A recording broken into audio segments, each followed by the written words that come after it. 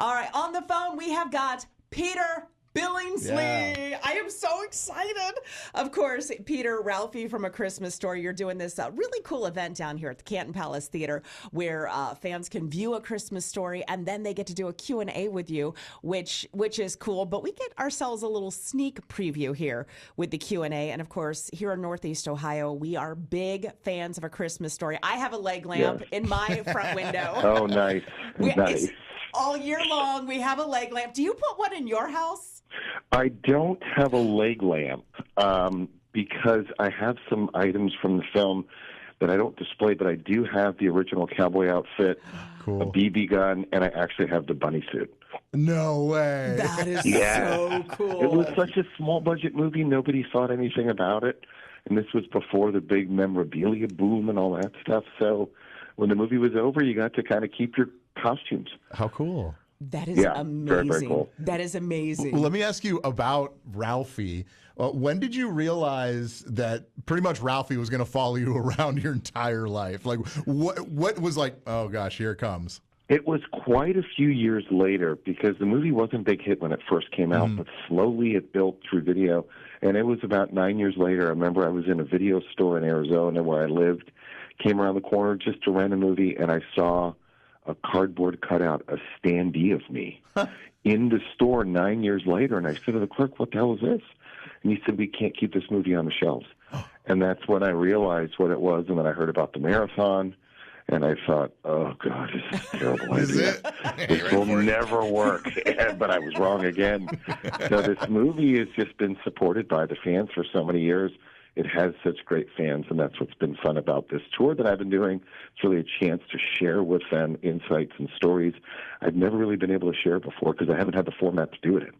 Wow. This is so cool. So, okay, has there ever been anything like a fan has said or like yelled at you or anything that sort of caught you off guard? Like, I'm sure you'll shoot your eye out. I triple dog down. I'm sure that there are certain things that people say to you, but has there anything wild that just completely took you off guard?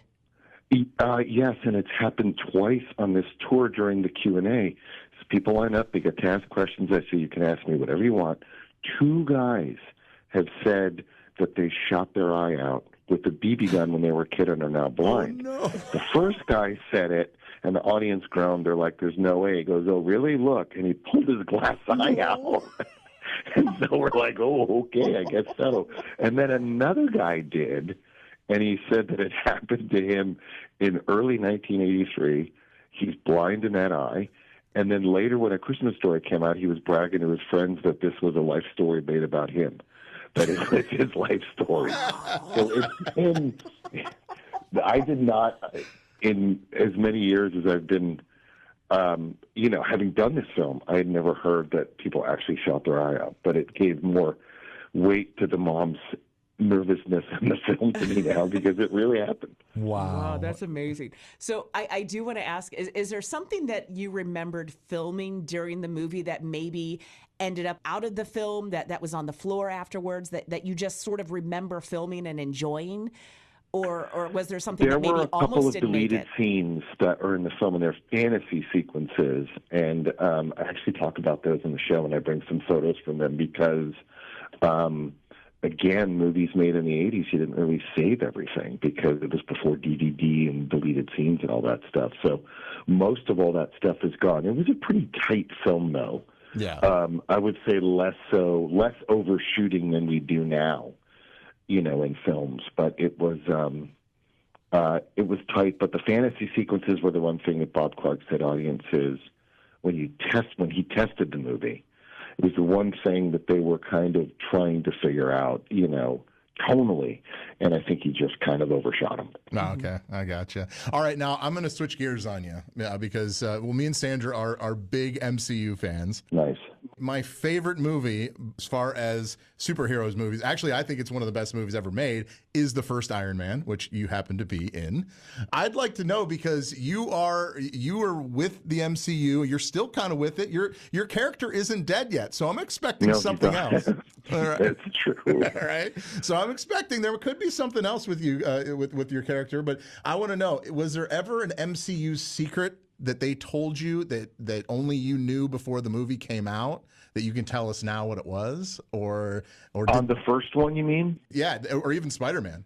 No, in terms of secrets on neither, they are, they're very well planned, but they're also very quiet. Like, we shot so much in Spider-Man when, Gyllenhaal's character is wreaking havoc and I'm trying to help him with the support, right? We just shot a bunch of that stuff. And then I had the same epiphany to you because I saw the movie. I had produced the first one, not the Spider-Man, right? I produced the first Iron Man with John. So I was involved in the filmmaking of that, obviously. The second one, I just went to the premiere to see how the movie turned out, and then I ran away with a drive, and all my friends were like, oh, man, you're going to be a part of this thing or something. I'm still waiting for that phone call. It'd be great if it came in because I really, really enjoy doing it. But they seem to have plans that have a long run, and unfortunately, I don't know anything about it. People think I'm lying when I say that, but I truly don't. Okay, all right. Sure. We'll see. Well, Yeah, exactly. So with Jon Favreau, I'm kind of curious because you guys have done a lot together, and of course you were in Elf. That was huge for Jon Favreau, the MCU. How did this relationship kind of come together? Because you and Jon have worked together a lot.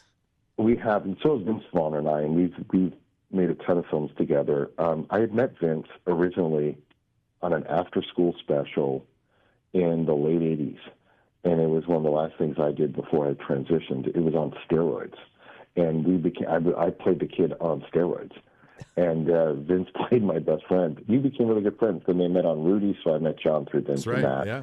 And then the three of us were doing some, it's just been kind of a long time of working together on a lot of different projects. And then Vince has, remained my best friend and working partner for a long, long time. Yeah. Well, speaking of other working partners, of course, we have Elf. What was it like working with Will Ferrell? It was cool. There's just another one, kind of a Christmas movie that they were cutting the budget going in and nobody necessarily really believed in. I think to some degree they did. It was Will's first movie. And John had asked me to do a cameo because of my relationship and, the Christmas movies, I guess, and said bring some of that, Christmas stuff up here and see if we can help to make Elf better. And, I did that movie in one condition, that I'm not in the credits. I said, just let fans find it. It was a little cameo at the front of the movie, and that was a really fun way to do it. But it was great. It was cool because it was forced perspective where all the height differences between people was all done in camera. So it was a little more like a Marvel movie where you're looking left, the other person's looking right, but when they line it up, it all just kind of works. Oh, I love that. Well, speaking of that movie, I guess I got to talk about Bob Newhart. I mean, how was it working with Bob Newhart? Amazing, just an absolute legend. John, I think, is really great at casting, and he put together an equation of people that just really made you want to go see it and had such a warmth to them. Wow. All right. Well, I know we can't keep you all day, even though we would very much like to keep you all day, Peter. Well, you'll get more of me at the Canton Theater. There you go. We're going to be there for sure. So here you are. You're part of two amazingly beloved holiday classics, A Christmas Story, Elf. At your house, what is your personal favorite holiday movie that you watch every year? Well, I cycle through a lot of them like a lot of people because I do like the Christmas season. So Christmas Vacation is certainly one of them, and I watch it every season.